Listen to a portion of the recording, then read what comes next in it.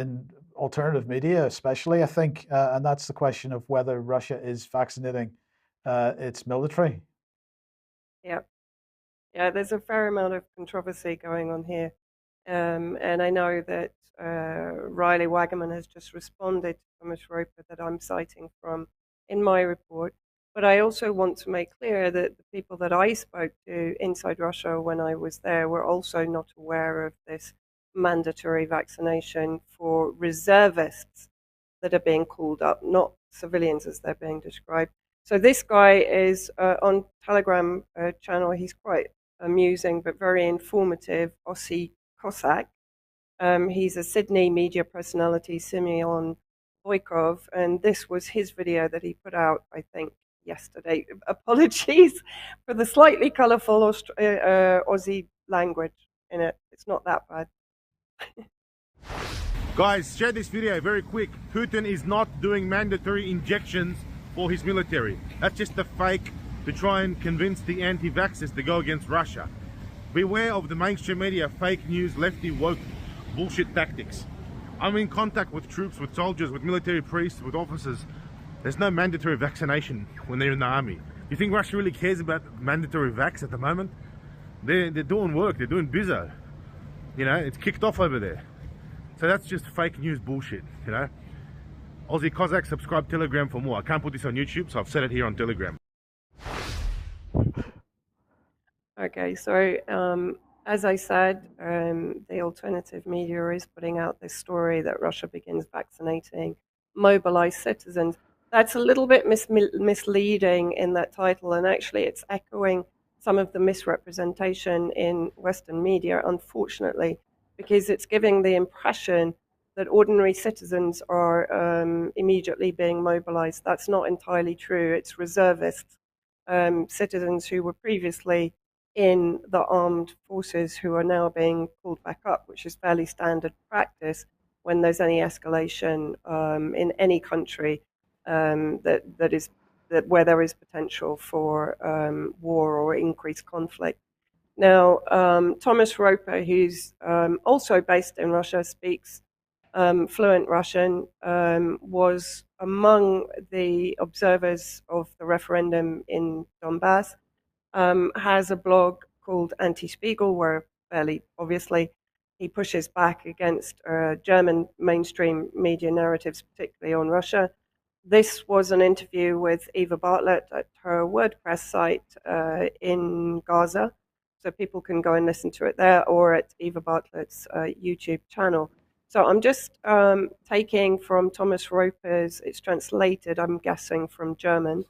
So what he's basically saying, the alternative media are haunted by reports that the soldiers who were forcibly recruited in Russia are also being given compulsory vaccinations. However, this is a hoax. In Russia, as in almost every country, there is a legal basis as to whether and under what circumstances which vaccinations are mandatory. Vaccinations, he says, against COVID-19 are not included, but there are exceptions.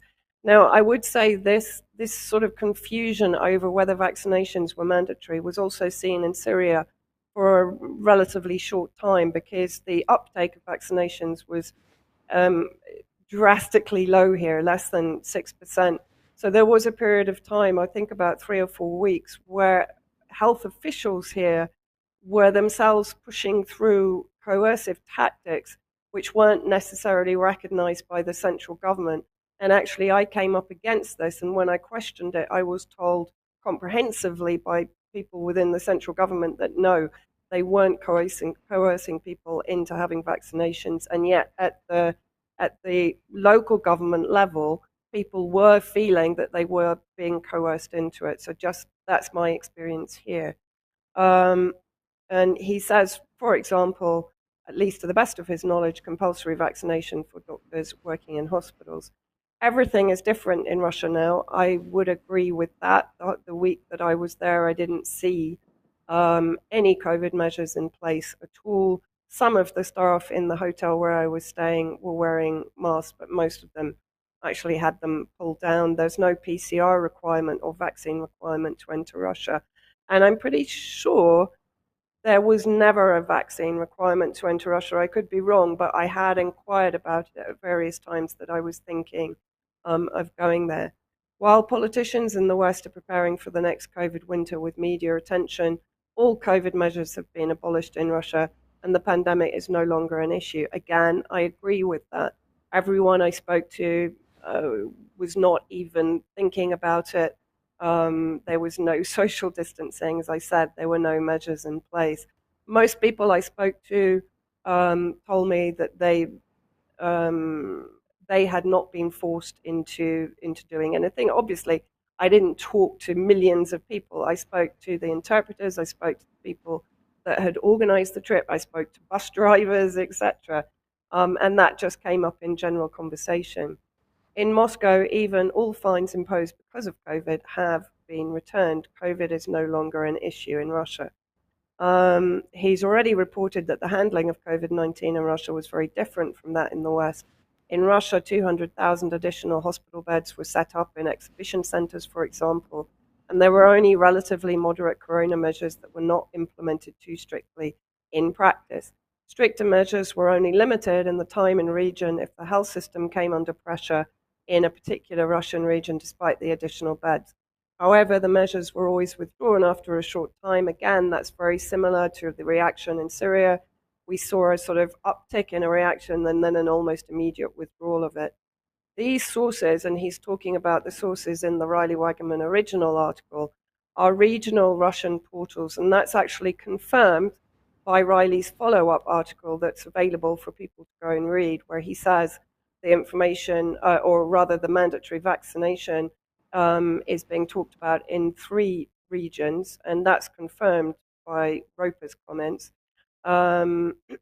He talks about the Rostov, Tatarstan, and Pensa regions, and as he says, that alone should make you suspicious because Russia now consists of 89 regions, and either there is compulsory vaccination ordered by the Russian military for soldiers, which would then apply nationwide, or there isn't. He goes on to say, I have a direct line to the press office of the Russian Ministry of Defense due to his press tours in the Donbass, and he asked there about the German media reports without further ado. The answer was clear.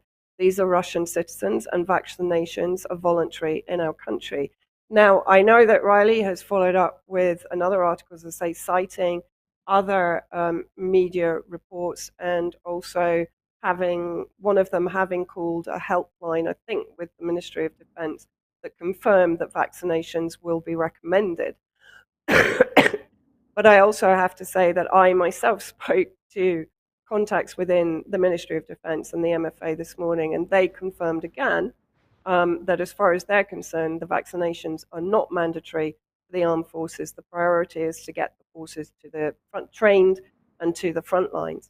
Thomas Roper then goes on to say, in Russia, there's an old proverb that is still relevant today. It says, Moscow is far away. And that means that in Russia, it can happen from time to time that regional officials think that they can interpret rules differently than Moscow. I think that's a bad translation.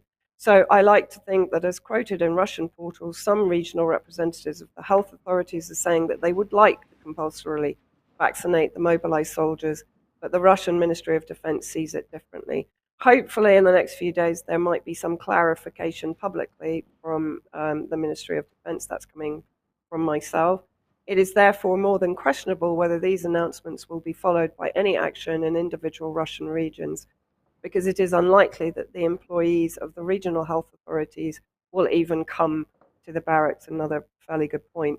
In conclusion, we can state that there are no instructions in Russia to compulsorily vaccinate all mobilized soldiers. He makes it clear it's soldiers, reservists. I can't rule out the possibility that some overzealous officials in some Russian regions might try it anyway. So I think the controversy will continue because, as I said, Riley has responded. But from my experience, not reading, I mean, I don't read Russian. I haven't had time to check all of Riley's sources, but there does seem to be some contradiction there. Okay, thank you. Ian.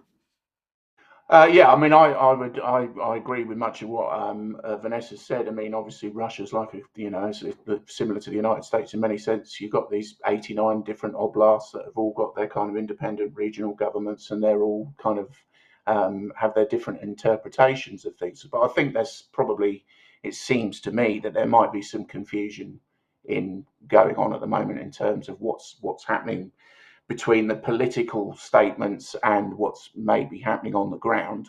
And I think we can see the same thing in the UK when during the summer of 2021, the government were making loud noises about forcing people to be vaccinated and so forth.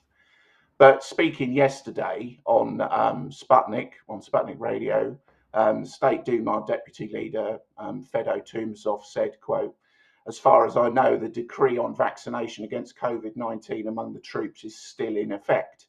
It is necessary to vaccinate and revaccinate those who were mobilised and the rest of the military."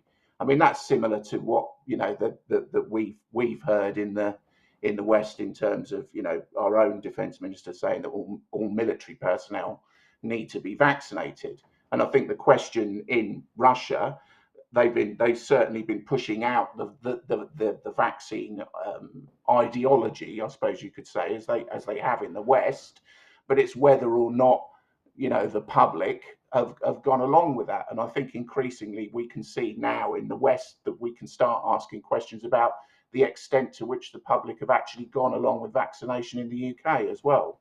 Yeah. But certainly TASS were reporting in the summer of 2021 that people like the Moscow mayor, Sergei Sobyanin, was saying that 60% between 60% and 80% of the population in certain industries needed to be vaccinated.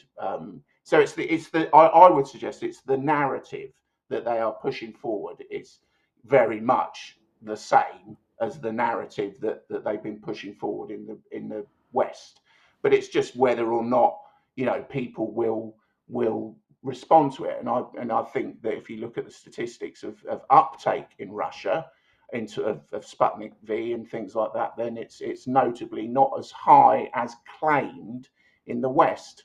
But I think latterly we might start looking at, for example, the total collapse of the bivalent rollout in the US.